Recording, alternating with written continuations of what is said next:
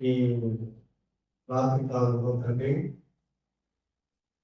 స్థానిక సభ్యులు కూడిలాగా పాఠంలో మైనపోయిన వాక్యం మాట్లాడితే మా బ్రతుకులు మా జీవితాలు బాగుపడతాయి. ఈ వాక్యం వెలుగులో మమ్మల్ని సరిచేసి చేయమని మరుగు యొక్క మన్నాను మా చేత భుజింప చేయమని అంత మాత్రమే కాక ఆయన మీ వాక్యం ద్వారా నీ ఆత్మను సిద్ధం చేయమని యేసు ప్రభు నామమున ప్రార్థన చేయించున్నాను తండ్రి. ప్రభువులను మీరుగా పరిశుద్ధ గ్రంథంలో మేము వాక్యాన్ని మనం చదువుతున్నాం. శాస్త్రుల నీతి కంటేను పరిసయ్యుల నీతి కంటేను మీ నీతి అధికము కాని యెడల మీరు పరలోక రాజ్యంలో ప్రవేశించుకోవాలని మీతో నిశ్చయముగా చెప్పుచున్నాను. కాబట్టి ఇక్కడ మనం చదువుకున్న భాగంలో ప్రభు అయిన దేవుడు ఆయన తెలియజేస్తున్న మాట ఏంటంటే, శాస్త్రుడి నీతి కంటేను పరిచయుల నీతి కంటే మీ నీతి ఎలా ఉండాలన్నా అధికంగా ఉండాలని అని చెప్పాడు. ఎందుకు అధికంగా ఉండాలని చెప్పాడు అంటే, ప్రభు భూలోకంలో నీతిమంతుడు ఎవరు లేరు అని రోమపత్రికలో చెప్పాడు. 3వ అధ్యాయంలో వచ్చాడు. అలాగైతే మన ప్రభువే నీతిమంతుడు. అలాగనే అబ్రహాం దేవుడిని నమ్మాడు, అది అతనికి నీతిగా ఎంచబడింది. అలాగే దేవుడి పిల్లలు శాస్త్రమైన నీతి కంటే ప్రభువు నమ్ముకున్న తర్వాత, రక్షించబడిన తర్వాత, సంఘంలో చేర్చబడి విశ్వాసంతో జీవిస్తున్నటువంటి మనం శాస్త్ర నీతి కంటేను పరిశీలన నీతి కంటేను మన నీతి ఎలా ఉండాలంట అధికంగా ఉండాలి. అలా ఉండకపోతే మనకి ఏం లేదు, పరలోకం లేదు. కాబట్టి వీటి విషయంలో మనం చాలా జాగ్రత్తగా ఈ శాస్త్రంలో పరిచయులు ప్రభు జీవించిన కాలంలో ఉన్నారు, ప్రభు భూమి మీద ఉన్న కాలంలో ఉన్నారు. ఆయన విడిచిపెట్టకూడని భాగ్యాన్ని విడిచిపెట్టి తను తాను తగ్గించుకొని మానవులను రక్షించడానికి లోకానికి వచ్చినప్పుడు ఇక్కడ సద్దుకైలు అనే పులిపిండి ఉంది, శాస్త్రులు పరిచయం అనే పులిపిండి ఉంది.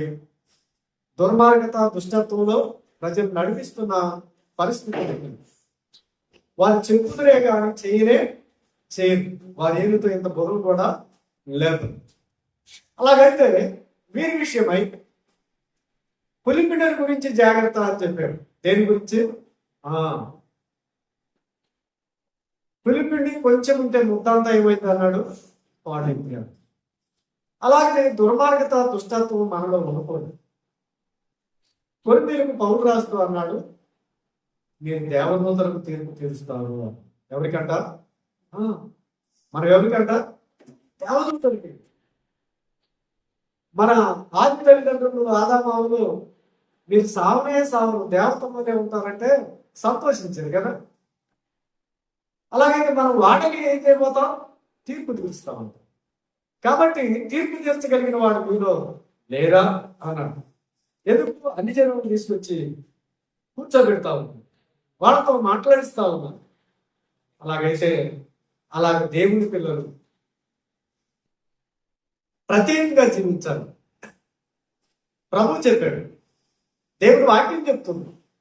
అలాగే ప్రభు నడిచి చూపించాడు పాపంలో వచ్చేందుకు ప్రత్యేకంగా. కాబట్టి మనం కూడా చాలా జాగ్రత్తగా జీవించాల్సిన విషయం ఉంది. అయితే ఇక్కడ 5వ అధ్యాయం చూడండి, 29వ వచనం.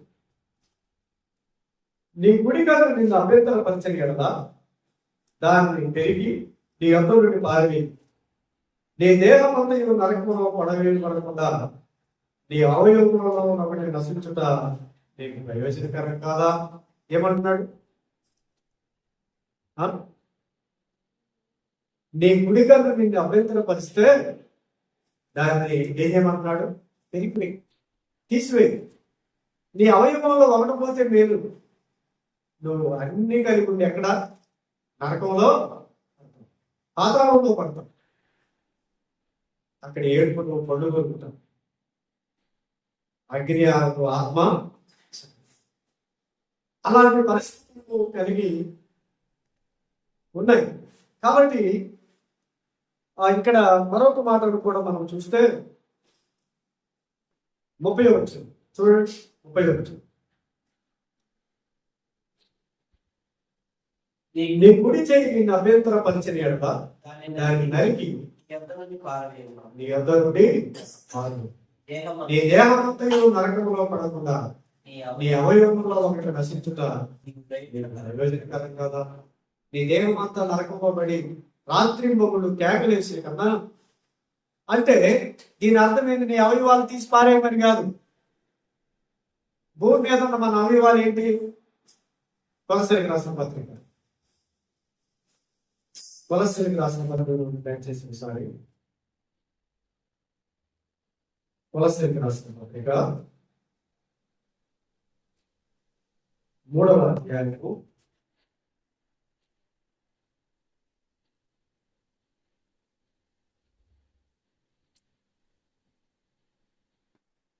5వ వచనం. 3వ అధ్యాయము 5వ వచనం. కావున భూమి మీద ఉన్న మీ అవయవములు అనగా జారత్వము, కామాతురతను, దురాశను,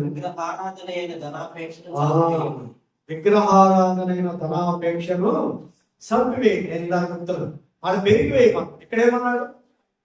పౌలు కొలస్సీయులకు పత్రిక రాస్తూ అన్నాడు, భూమి మీద ఉన్న మీ అవయవాలు అన్నాడు. ఏంటి అవి? రాయబడింది. జారత్వము, అపవిత్రత, కామాతురత, దురాశ, విగ్రహారాధన, ధనాపేక్షను చంపివేయి. ఈ భూమి మీద ఉన్న అవయవం, వీటిని వాడుకుంటే చేత మనం నశించిపోతాం. అందుకని వీటిని ఏం చేయాలంటే మనం పెరిగివేయాలి, లేదా చంపివేయాలి, తీసివేయాలి. వీటికి మనం అవకాశము. అలాగూ ప్రభు ఈ మత్తయి సువార్త 5వ అధ్యాయంలో అనేక విషయాలు వీటిని అనుసరించుట చేత, వీటిని వాడుకునే చేత మన అవయవాలు అపవిత్రం అయిపోతున్నాయి. దీనికి కారణం ఏంటంటే, మనము ఆయన సంఘానికి శిరస్సు, మనము ఆయన అవయవాలు. ఆయన అవయవాలు ఏం కాకూడదు? అపవిత్రత కాకూడదు. అందుకని వీటిని పూర్తిగా ఏం చేయమంటున్నాడు? చంపివేయండి అన్నాడు. 37వ వచనం 5వ అధ్యాయం మత్తయి సువార్త. మీ మాట అవునంటే అవును, కాదంటే కాదు అని ఉండదు. ఎలా ఉండాలంట మన మాట? అవునంటే అవును, కాదంటే ఇలా ఉంటున్నాయా దేవుడి పిల్లలు? ఇలా ఉంటే ప్రభు ఎంత సంతోషిస్తాడో, మన హృదయంలో కూడా ఎంత సంతోషం ఉంటుందో, ఎంత క్షేమం ఉంటుందో, ఎంత ఆనందం ఉంటుందో, ఎంత సమాధానం ఉంటుందో కదా. కాబట్టి మీ మాట అవునంటే అవును, కాదంటే కాదని. వీటికి మించి పుట్టినది దుష్టుడి నుండి పుట్టినది. ఎవరి నుంచి అంట? చెప్పండి. దుష్టుడి నుండి. అవునంటే అవును, కాదంటే కాదు. ఇంకా విస్తారంగా మన ఇష్టం వచ్చినట్లు మాట్లాడుతుంటే లోకానుసారంగా వాస్తవంగా వీటిని తీసివేయమన్నాడు, పెరిగివేయమన్నాడు, చంపివేయమన్నాడు. వీటికి మించి మాట్లాడితే ఆయన ఎవరి నుంచి పుట్టిని అంట? దుష్టుడు నుండి. దుష్టుడు ఎవరు? అపవాది. అపవాది తంత్రంగా మీరు ఎరగని వారు కాదు. తెలుసా మనకి? వాడు ఏం చేస్తాడో తెలుసా? ఎలాగ నడిపిస్తాడో తెలుసా? ఎలాగ ఆశ చూపిస్తాడో తెలుసా? ఆదామావులని అది తినొద్దన్నారని అంటే కాదు, అది తినండి, మీరు దేవతల వలే. యవన కాలంలో మీరు ఇది చేయకపోతే ఎలాగ? చేయండి. మీరు ఇలాగ నడవకపోతే ఎలాగా? నడవండి. మీరు చూడకపోతే ఎలాగా? చూడండి. 119వ కీర్తన. దేని చేత తన యవ్వనులు తన నడత శుద్ధి చేసుకుంటుంది నీ వాక్యమును బట్టి. దేనిని బట్టట? దేవుడి వాక్యాన్ని బట్టి. 11వ వచనంలో 119:11 నేను పాపం చేయకూడదు నీ వాక్యము నా హృదయంలో ఎక్కడంట నా హృదయంలో ఉంచుకున్నాను. నేనేం చేయకూడదట్టు? పాపం చేయకూడదు. కాబట్టి ప్రభువును పిల్లరా, మనం ప్రభు సన్నిధిలో దేవుని వాక్యం వింటున్నాం. మనం ప్రభుకు లోబడాలి, ప్రభుకు విధేయులు అవ్వాలి, దేవుని వాక్యం చెప్పినట్లుగా మనం నడుచుకోవాలి. మన ఇష్టం వచ్చినట్లు ఉండకూడదు. మన మాట అవునంటే కాదంటే ఇక మించినవి ఎవరి నుంచి వచ్చినాయి? దుష్టుల నుండి. సాధారణ మనల్ని ప్రేరేపించే శక్తి. మనం ప్రపంచ ధర్మం సొంతం నడుచుకున్నాం. మనం అలా ఇప్పుడు నడుచుకోకూడదు. అలా నడుచుకుంటే దేవుని ఉగ్రతకు కాలం. ఉగ్రత నుండి తప్పించడానికే ప్రభు అయిన యేసుక్రీస్తు మనకు బదులు మన స్థానంలో ఆయన కలువరి శిలువలో వేలాడదీయబడి సొగసుడు స్వరూపాన్ని కోల్పోయి చూడగలని వాటిని రిక్తిడిగా మన కోసము చేయబడి ఆయన చనిపోయి సమాధి చేయబడి పరలోకానికి ఆరోహణమై తన నందిన దేవుని పిల్లలను సంగముగా వారిని తీసుకొని పోవడానికి ఆయన రాబోతున్నాడు. కాబట్టి రక్షించబడిన దేవుని పిల్లలు సిద్ధపాటు కలిగి ఉండాలి. కాబట్టి మన నీతి ఎలా ఉండాలి? శాస్త్రం నీతి కంటేను పరిశీలన నీతి కంటే సరే. మన మాట ఎలా ఉండాలని విన్నాము. అవునంటే మత్తయి సువార్త 12వ అధ్యాయం చూడండి. మత్తయి సువార్త 12వ అధ్యాయము 36 నేను మీతో చెప్పినది ఏమనగా మనుషులు పలుకు వ్యర్థమైన ప్రతి మాటను చూచి విమర్శన లెక్క చెప్పవలసి లేదు. విమర్శించడానికి చెప్పాలా? లెక్క చెప్పాలి. మనుషులు పలుకు ప్రతి వ్యర్థమైన మాట. ఇక్కడేమన్నా నేను మీతో చెప్పినదేమో ఇందాకేమన్నా నేను మీతో చెప్పినదేమో మీ మాట అవునంటే అవును, కాదంటే కాదు. ఆ మాట వినండి అంటారు తల్లిదండ్రులు పిల్లలు. వింటే బాగుపడతారు. ప్రభు కూడా అన్నాడు వింటే రక్షణ, వినకపోతే శిక్ష అంటే. కాబట్టి ఇక్కడ మనం గమనించినట్లయితే నేను మీతో చెప్పినది ఏమనగా మనుషులు పలుకు వ్యర్థమైన ప్రతి మాటను కూర్చి విమర్శ దినమున ఏం చెప్పాలంట? లెక్క చెప్పాలి. ఇక్కడ నీకు లెక్కలు రాకపోవచ్చు, లెక్కల్లో మోసం చేయవచ్చు, ఆధారపడిగా మాట్లాడవచ్చు, నువ్వు చెప్పిందే నిజం అనొచ్చు. కానీ దేవుని దగ్గర పట్టబడుతుంది. ఆయన కళ్ళ బాగా తప్పగలిగింది. ఆయన చేతిలో చాట ఉంది, బాగా తూర్పలు పడతాడు, ఒక గింజ కూడా పోని. ఆయన సన్నిధిలో పట్టబడినప్పుడు ఆయన చేతిలో నుండి తప్పించుతాడు. ఎవరి గ్రంథకర్త రాస్తాడు 2వ అధ్యాయం, ఇంత గొప్ప రక్షణ నీవు నిర్లక్ష్యం చేస్తే దేవుని చేతిలో నుండి జాగ్రత్త. కాబట్టి మనుషులు పలుకు ప్రతి వ్యర్థమైన మాటకు విమర్శ ఏముందంట? లెక్కము చెప్పాలి. తర్వాత నీ మాటను బట్టే నీతిమంతుడు అని తీర్పు పొందేందుకు, నీ మాటను బట్టే అపరాధి అని తీర్పు. నీ మాటను బట్టే నువ్వు నీతిమంతుడు అని, నీ మాటను బట్టే నువ్వు అపరాధి కదా. కొంతమంది మాటలు తీయగా ఉంటాయి కానీ చేస్తారు బాగుంది కదా. పైకి బాగా కనపడతాయి, లోపల అది కూడా చెప్పాడు ఇర్మియా 17:9 నీ హృదయం అన్నిటికంటే మోసకరమైన ఘోరమైన దాన్ని గ్రహించగలిగిన వాడు ఎవరు బాగు చేయగలరు? మన ప్రభు అయినా ఆయన ఎందుకు రావాలి, ఆయనే మన వల్లే. కాబట్టి నీ మాటను బట్టి నువ్వు నీతిమంతుడు అని తీర్పు పొందదు, నీ మాటను బట్టి అపరాధం అని. కాబట్టి ఈ విషయాలు చాలా జాగ్రత్తగా మనం ఉండవలసింది. కాబట్టి దైవ గ్రంథంలో రాయబడుతుంది ప్రతి వ్యర్థమైన మాటకు తమ దగ్గర ఉంటే లెక్క మన బైబిల్ గ్రంథంలో లెక్కల కాండం కూడా ఉందా లేదా? సంఖ్యాకాండం. కాబట్టి మన వల్ల కూడా ప్రభు లెక్కిస్తాడు. ఆయన కాడ జీవ గ్రంథం ఉంది, వేరొక రక్షించబడగానే జీవ గ్రంథంలో పేరు రాయబడింది. తర్వాత వేరొక గ్రంథంలో మనం చేసేవన్నీ రాయబడతాయి. రేపు గ్రంథాలన్నీ ఇవ్వబడతాయి. ఏం చేయబడతాయి? అప్పుడు నాకు తెలియదు అంతా. కాబట్టి మనము ఇంకొక మాటను చూసి నేర్చుకున్నాం. కొరింథీయులకు రాసిన పత్రిక 2వ పత్రిక 5వ అధ్యాయము 10వ వచనం. ఎందుకనగా తాను జరిగించిన క్రియలు చొప్పున అవి మంచివైనను సరే చెడ్డమైనను సరే దేహంతో జరిగించిన వాటి ఫలం ప్రతివాడు పొందనట్లు మనమందరమును క్రీస్తు న్యాయపీఠం యొక్క ప్రత్యక్షము. అర్థమైంది ఇక్కడ? జాగ్రత్తగా మనం గ్రహించినట్లయితే, ఎందుకనగా తాను జరిగించిన క్రియలు చొప్పున అవి మంచివైనా సరే చెడ్డమైనా సరే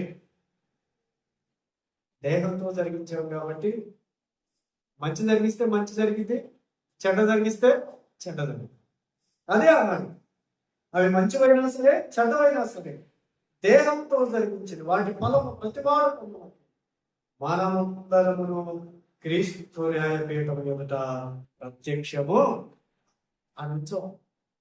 మనమందరం అంటే రాసిన ఆయన కూడా మొదలు. మనమందరము తాను కొరింథీయులకు రాసిన పత్రిక ఎవరు రాశారు? అవును, ఆయన. మనం అందరం ప్రభు నమ్ముకున్నాం. దేవుని పిల్లలు క్రీస్తు న్యాయపీఠం ఎదుట ప్రత్యక్షము. అప్పుడు అంటాడు, బడాత్మకమైన మంచి దాసుడు, మంచి పుట్టిన మొదలుకొని నా తండ్రి రాజ్యం కోసం నువ్వెన్నో హింసలు నిందలు అనుభవించు, దాన్ని స్వతంత్రించుకున్నాను. ఎడమవైపు వారిని శపించబడిన నువ్వు త్యాగంలోనికి. ఎందుకు ఇలాగా చెప్పబడింది? ఎవరి కోసం నిత్యాగ్ని సిద్ధం చేసిన దేవుడు? సాతానికి, వారిని దూతలకు, ఆకాశ మండలంలో ఉన్న దురాత్మల. నీ మాట అవునంటే అవును, కాదంటే ఇంకా మించి నువ్వు ఎవరి నుంచి పుట్టినవి? సాతాను. అది తెలివి అనుకుంటున్నాను, కాదు. మోసపోకుడి దేవుడు వికరించబడడు. మనుషుడా ఏదైతే పుట్టుతామో ఆ బట్టని, అందుకని ఈ నీతిని బట్టి నివాస స్థలము మనకు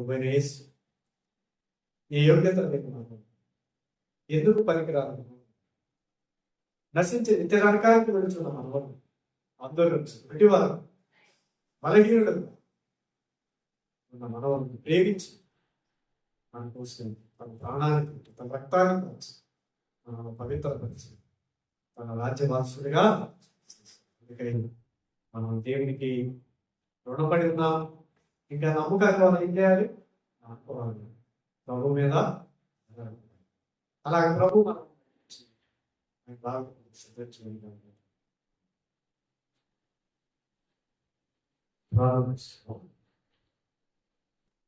మనం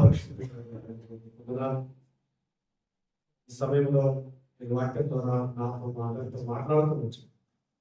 అందుకని మీకు వందనాలు చేయమని చెప్పి దీవించారు. వారి అవసరతల అక్కరకు సహాయించి సమస్తమైన ఆధిపత్యం మనలో ప్రతి అవసరం తీర్చుకుని ప్రార్థన చేస్తాం. ఆయన గ్రామాన్ని, ప్రాంతాలు, ప్రజలను, వాక్యమైన బిడ్డలను ప్రత్యేకపరిచి క్రమపరచండి. ఆయన సరిచేయండి, గద్దించడు, బుద్ధి చెప్పదు.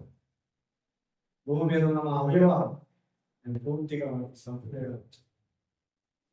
ఆయన చేరతం, అపవిత్రత, కామకత్వం, విగ్రహాలు, అనాపేక్ష వీటన్నిటిని తీసుకొస్తాం. ఆయన సిద్ధపడి చేస్తున్నాం, ప్రార్థిస్తున్నాం. అందరికీ